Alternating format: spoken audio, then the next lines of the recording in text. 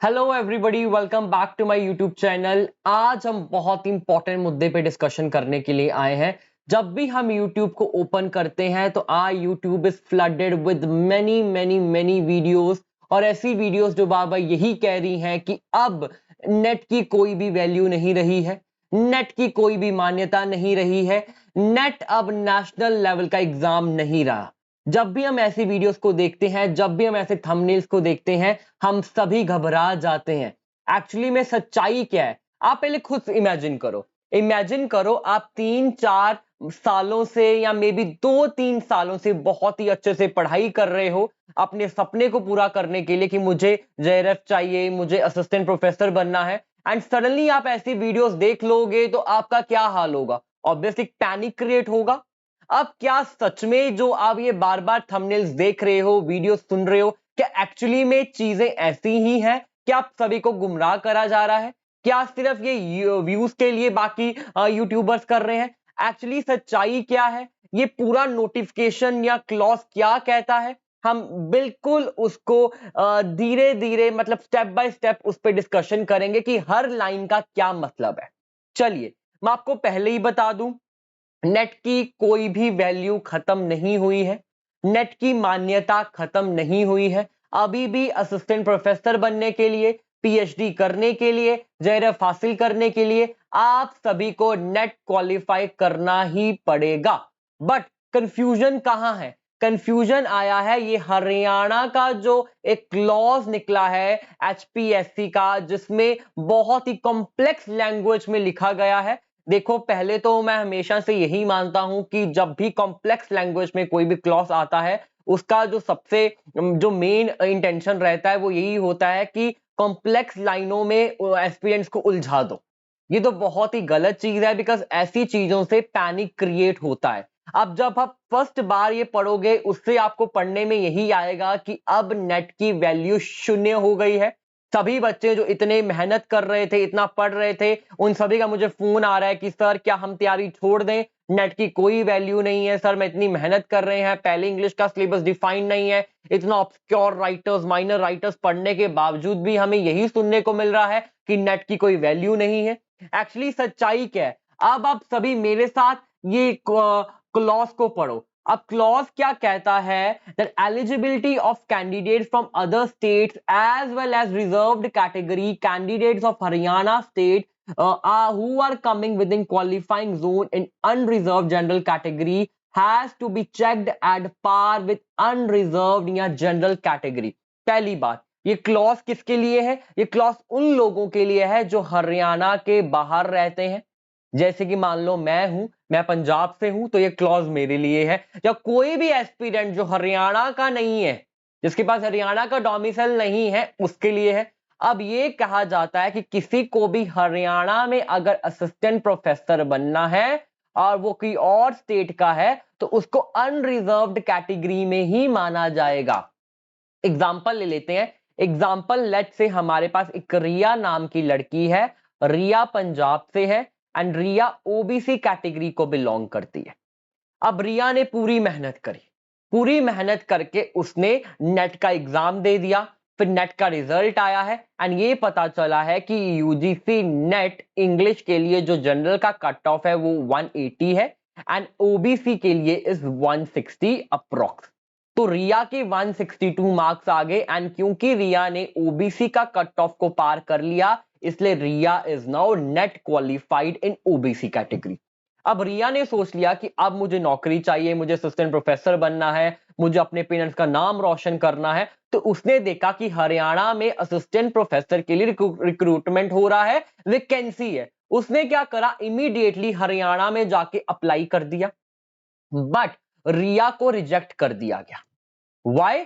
क्योंकि ये क्लॉज क्या कहता है? ये क्लॉज कहता है कि जब भी कोई और स्टेट का बच्चा हमारे स्टेट में आके अप्लाई करेगा, जैसे कि अगर रिया ने ओबीसी जो कैटेगरी में नेट क्वालिफाई करा है, अगर वो चाहती है कि वो हरियाणा में नौकरी करे, हरियाणा में असिस्टेंट प्रोफेसर बने, तो रिया को जनरल कैटेगरी में ही कंसीडर करा जाएगा। मतलब जो जनरल कैटेगरी का कट ऑफ था 180, तो रिया के 180 प्लस मार्क्स आने चाहिए थे, तो ही रिया को एलिजिबल माना जाएगा। एक और एग्जांपल ले लेते हैं। लेट्स से हमारे पास एक और कैंडिडेट है जिसका नाम है सोहन। ठीक है, सोहन ईडब्ल्यूएस कैटेगरी का है, जनरल के लिए 180 कट ऑफ है और ईडब्ल्यूएस के लिए 176 है। अब इनका क्या आया है, इनका 179 मार्क्स आ गए सोहन के। अब सोहन के क्योंकि 179 मार्क्स आ गए तो सोहन ने नेट क्वालिफाई कर लिया ईडब्ल्यूएस। अब सोहन जो कि वेस्ट बंगाल के है, उन्होंने जब हरियाणा में अप्लाई करा उनको भी रिजेक्ट कर दिया गया सिर्फ एक नंबर के लिए। क्यों? चाहे सोहन ईडब्ल्यूएस के हैं बट हरियाणा में जब अप्लाई करेंगे उनको जनरल कैटेगरी में ही कंसीडर करा जाएगा और जनरल कैटेगरी के लिए उनको 180 मार्क्स लाने ही हैं। तभी उन्होंने साथ में बोला है कि ऐसा कोई भी कैंडिडेट जो किसी और स्टेट का है जो वो अप्लाई करेगा उसको अपने नेट का सर्टिफिकेट भी देना है, साथ में नेट स्कोर कार्ड भी देना है and category wise cut off भी देना है। कैटेगरी वाइज कट ऑफ में ही वो देखेंगे कि जो जनरल कैटेगरी का कट ऑफ है क्या आप उस कैटेगरी में बैठते हो कि नहीं बैठते हो, राइट? तो ये पूरा क्लॉज कहता है, ये क्लॉज ने कहीं नहीं बोला कि नेट की वैल्यू 0 है, ये क्लॉज ने कहीं नहीं बोला कि अब जो नेट है वो नेशनल लेवल का एग्जाम नहीं रहा। जी हां, इस क्लॉज से एक चीज हमें समझ आती है कि चाहे हम एक ही नेशन को बिलोंग करते हैं और जो नेट है वो नेशनल लेवल का एग्जाम है, बट ऐसे क्लॉज की वजह से जो नेट की नेशनैलिटी है वो डाइल्यूट हो जाती है फॉर श्योर। एंड एक चीज जो इसमें और मुझे बहुत ही बुरी लगी है, जो बहुत ही खतरनाक है, वो unequal playing field. Unequal playing field का मतलब क्या है? लेट्स से हमारे पास दो बच्चे हैं, एक का नाम है सोहन, एक का नाम है मोहन। जो सोहन है वो हरियाणा से ही है, मोहन पंजाब से है। अब सोहन ईडब्ल्यूएस में है और मोहन एससी से है। ठीक है, या सोहन इनको भी ईडब्ल्यूएस में मान लो, दोनों ईडब्ल्यूएस के हैं। ठीक है, अब मोहन क्योंकि पंजाब से हैं तो उनके 170 मार्क्स हैं, सोहन के भी 170 मार्क्स हैं। अब जनरल का कट ऑफ क्या था? 180। अब सोहन को हरियाणा में नौकरी मिल जाएगी बट मोहन को नहीं मिलेगी। क्यों? बिकॉज मोहन किसी और स्टेट के हैं तो उनको जनरल कैटेगरी में ही कंसीडर करा जाएगा। मैं मान सकता हूं कि स्टेट ने ये सोचा होगा कि भाई हम नहीं चाहते कि हमारे स्टेट में आके बाकी स्टेट्स वाले लोग वो कर ले, सीट्स ले ले, हमारे स्टेट वाले रह जाएं।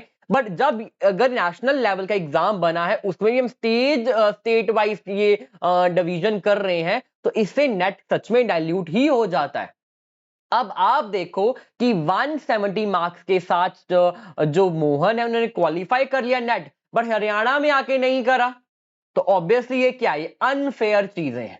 ठीक है, इसके अगेंस्ट ऑब्वियसली आवाज उठानी चाहिए। बिकॉज हम नेट क्यों करते हैं? यही सोच के कि भाई ऑल ओवर इंडिया में हम जाके असिस्टेंट प्रोफेसर बन जाएंगे, तभी इसको नेशनल एलिजिबिलिटी टेस्ट कहा जाता है। अगर ये सब चीजें नहीं है तो फिर शायद हमें नेट नहीं देना चाहिए।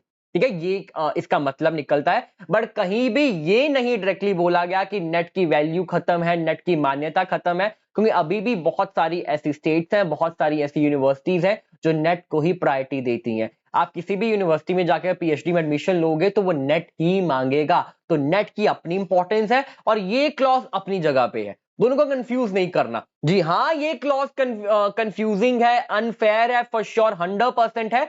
बट आप ये नहीं कह सकते हो कि नेट की अब कोई वैल्यू नहीं है, अब हम नेट का एग्जाम नहीं देंगे। ठीक है, ऐसा कुछ भी नहीं है।